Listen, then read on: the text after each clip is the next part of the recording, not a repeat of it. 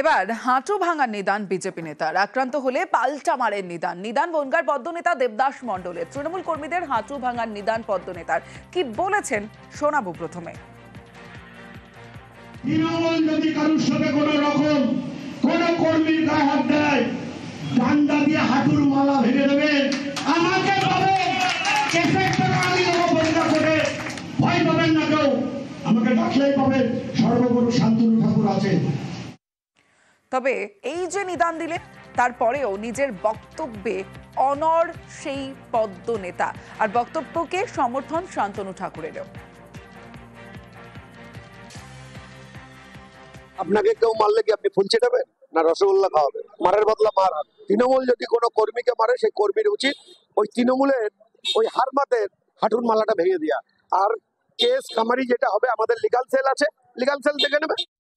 আমরা চরমপন্থীতে বিশ্বাসী, নরমপন্থীতে না। কেউ যদি মারে আমি আর এক গাল পেতে দেবো না। এক গাল মারলে আর তারও একটা গালে থাপড় পড়বে, সেটাতে বিশ্বাসী। দেবদাস মণ্ডল যে কথাটা বলেছেন সেটা সঠিক কথা বলেছেন। যদি কেউ মারে, গায়ে হাত দেয়, তাকে ছাড়া নেই। মারতে আসলে ডিফেন্সিভ করবো, লাঠিতে ভেঙে তার হাঁটু ভেঙে যেতে পারে।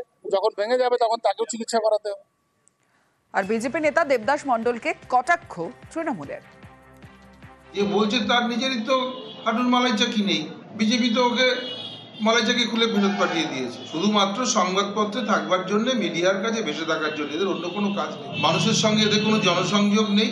আজে বাজে কথা, নির্বাচনের সময় এরা বেরোতে পারবে না, মানুষ ওদের সেই জবাব দিয়ে দেবে। বনগাঁয় পদ্মে দ্বন্দ্ব। বনগাঁয় সাংগঠনিক বৈঠকে গড়হাজির 3 বিধায়ক। বৈঠকে গড়হাজির গাইঘাটার বিধায়ক সুব্রত ঠাকুর, অনুপস্থিত হরিণঘাটার বিজেপি বিধায়ক অসীম সরকার। বৈঠকে গড়হাজির বনগাঁ দক্ষিণের বিধায়ক স্বপন মজুমদার। কলকাতায় থাকায় 3 বিধায়ক অনুপস্থিত বলে দাবি শান্তনু ঠাকুরের।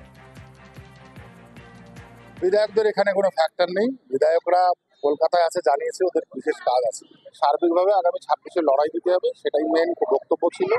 লবি পার্টি তো প্রত্যেকটা দলে থাকে কম বেশি, সেগুলো তো ফ্যাক্টর নয়। আগেও লবিবাজি ছিল, তখনও লোক একসাথে হয়েছে। লবি একটা দলে থাকেই, প্রত্যেকটা দলে, এটা কোনো অস্বীকার করার জায়গা নেই। বিজেপি গোষ্ঠী কন্দলে জর্জরিত, ওরা কেউ কাউকে মানে না, ওদের সাংসদরা ওরা মানে না। ওদের একটা জেলার সভাপতি ছিল, এই সমস্ত এই জায়গার এমএলএ গুলো, বিজেপির এমএলএ গুলো ও প্রত্যাখ্যান করেছে, এবং তারপরে দেখলাম যে ও দল থেকে বাদ দিয়ে দিয়েছে। এইবার মানুষ ওই এমএলএদেরও বাদ দিয়ে দেবে, জনপ্রতিনিধিদের বাদ দিয়ে দেবে। আগামীকাল অর্থাৎ সোমবার থেকে বিধানসভার বিশেষ অধিবেশনে যোগ দিতে পারেন মুখ্যমন্ত্রীও। অধিবেশনে 2টি গুরুত্বপূর্ণ প্রস্তাব নিয়ে আলোচনা। ভিন রাজ্যে বাংলার পরিযায়ীদের হেনস্থা নিয়ে আলোচনা। বিজেপি শাসিত রাজ্যে বাংলা বলায় হেনস্থার বিরোধিতা। বিজেপিকে কোণঠাসা করতে সুর চড়াবে তৃণমূল। বিশেষ অধিবেশনে এসআইআর ইস্যুতেও সুর চড়াবে তৃণমূল।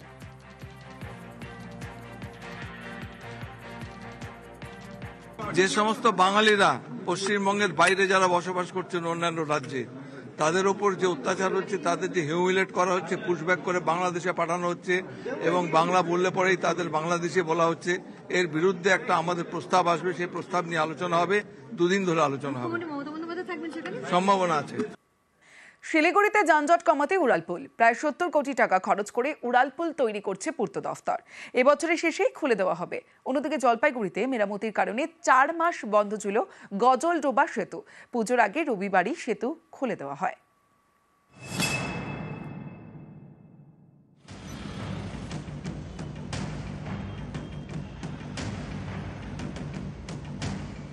শিলিগুড়ি এই শহরে কয়েক লক্ষ বাসিন্দা। শিলিগুড়ির অন্যতম গুরুত্বপূর্ণ রাস্তা বর্ধমান রোড। এই রুটে দিন দিন যানজট বাড়ছে, তাই উড়ালপুল তৈরি করছে পূর্ত দফতর। ডিসেম্বরের আগে এই সেতু খুলে দেওয়া হবে বলে দাবি। এতে শহরের যানজট কমবে বলেই আশা। অফিস আওয়ারে এত ভিড় হয় যে প্রচন্ড জ্যাম হয়, তো ফ্লাইওভার হলে এতটাই সুবিধা হবে যে ভিড়টা অনেকটা কমে যাবে। সময়ের সঙ্গে সঙ্গে আমরা তাল রেখে সব জায়গায় পৌঁছতে পারবো। এটা তো অবশ্যই একটা পজিটিভ দিক। যানজটটা একটু কম হবে। কলকাতা যাওয়ার যে রাস্তাটা বাইপাস মেডিকেলের, ওটাও সুবিধা হবে। যত তাড়াতাড়ি হলে আমাদেরই সুবিধা হয়, সব থেকে যানজট থেকে মুক্তি পাবো। বর্ধমান রোডের উপর তৈরি হচ্ছে উড়ালপুল। শিলিগুড়ির মহাত্মা গান্ধী মোড় থেকে ঝংকার মোড় পর্যন্ত। এই রুটে শিলিগুড়ি শহরের ছোট বড় সব গাড়ি যাতায়াত করে। কলকাতা সহ রাজ্যের বিভিন্ন জেলা থেকে এই রুটে গাড়ি যায় জলপাইগুড়ি, আলিপুরদুয়ার এবং কোচবিহারে। এই রাস্তায় দিন দিন গাড়ির সংখ্যা বাড়ছে, এর জেরে যানজটও বাড়ছে। উড়ালপুল চালু হলে যানজটের সমস্যা মিটবে বলে আশা শিলিগুড়ির মেয়রের। এই ফ্লাইওভারের প্রাথমিক ব্যয় বরাদ্দ ছিল 40 কোটি টাকা, পুরোটাই রাজ্য সরকারের উন্নয়ন তহবিল থেকে দেওয়া হয়েছে। ট্রাফিক সার্ভে অডিট করে ওরা দেখেছে যে এটা একটা পোর্শনে ট্রাফিক মুভমেন্টটা একটু গতি পাবে।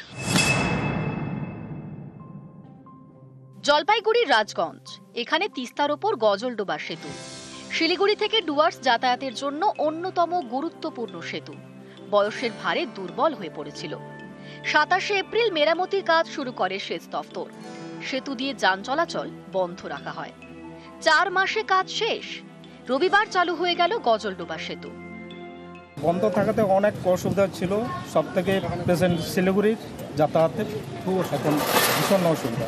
এখন মোটামুটি আজকে চালু হলে অনেক সুবিধা হলো। রাজগঞ্জে তিস্তা নদীতে নৌকায় ঘোরা পর্যটকদের অত্যন্ত পছন্দের। গজলডোবা সেতু বন্ধ হওয়ায় এই রুটে যাতায়াত বন্ধ হয়ে যায়, পর্যটকের সংখ্যাও কমে যায়। এবার এই ছবিটা বদলাবে।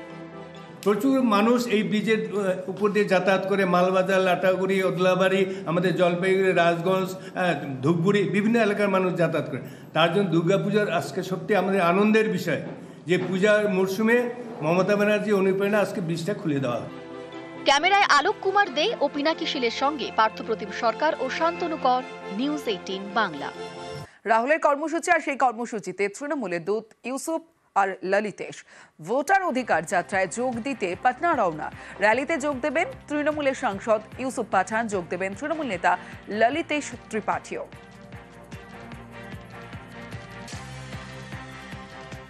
मैं और ललित जी हम दोनों बिहार के लिए जा रहे हैं और वहाँ पर तृणमूल कांग्रेस की तरफ से हम लोग रिप्रेजेंटेटिव बन के जा रहे हैं। ममता दीदी और अभिषेक बनर्जी हमको भेज रहे हैं और वहाँ पर कल इंडिया ब्लॉक के जितने भी अदर पार्टीज भी है उनके साथ रैली में हम ज्वाइन करेंगे।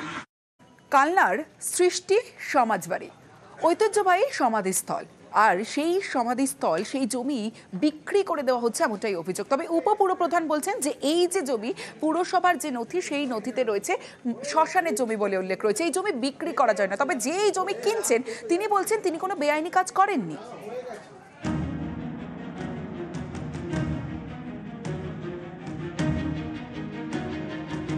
পূর্ব বর্ধমানের কালনা 1830 সালে বর্ধমানের রাজা মাহতাব চাঁদ কালনায় তৈরি করেন সৃষ্টি সমাজবাড়ি।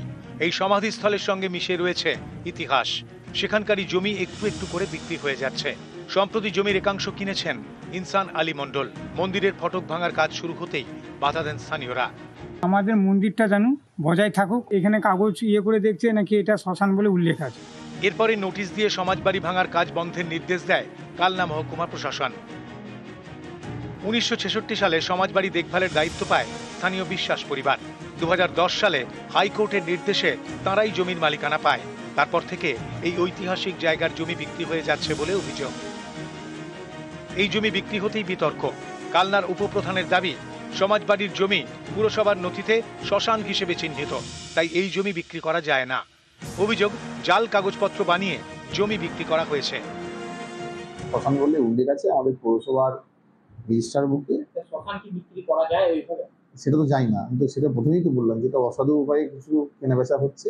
ডাক নাম্বারগুলো মারবেন আপনারা, দেখবেন ওটা বাস্তু আছে না শ্মশান আছে না কবরস্থান আছে না আপনার সমাজ আছে। যদি থাকে তখন আপনারা বলবেন। কালনা থেকে নবকুমার রায়, নিউজ 18 বাংলা।